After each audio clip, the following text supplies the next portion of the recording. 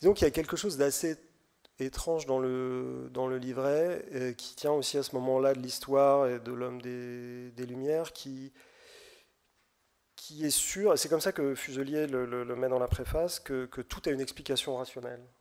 Et qu'avant, il l'explique dans la prologue, avant on comptait dans l'opéra sur les dieux, sur comment dire, le merveilleux et le surnaturel, pour faire advenir de l'action. Mais il commence le prologue pour dire, en fait, tout ce dont je parle est tiré d'histoires vraies et tout a une explication naturelle. Donc au lieu d'avoir des tours de magie d'un dieu ou d'un personnage mythologique, c'est une tempête, c'est un tremblement de terre.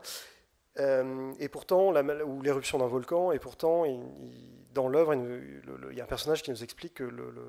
en fait, on peut déclencher l'éruption d'un volcan en jetant des rochers Mhm. dedans. Et à l'époque, la science pensait que c'était comme ça que l'éruption d'un volcan se déclenchait, ce qui donne une tirade absolument incompréhensible si on n'a pas le sous-titre ou le sous-texte de ça, mais qui témoigne d'un rapport à la science et à la raison qui est assez étrange, une confiance absolue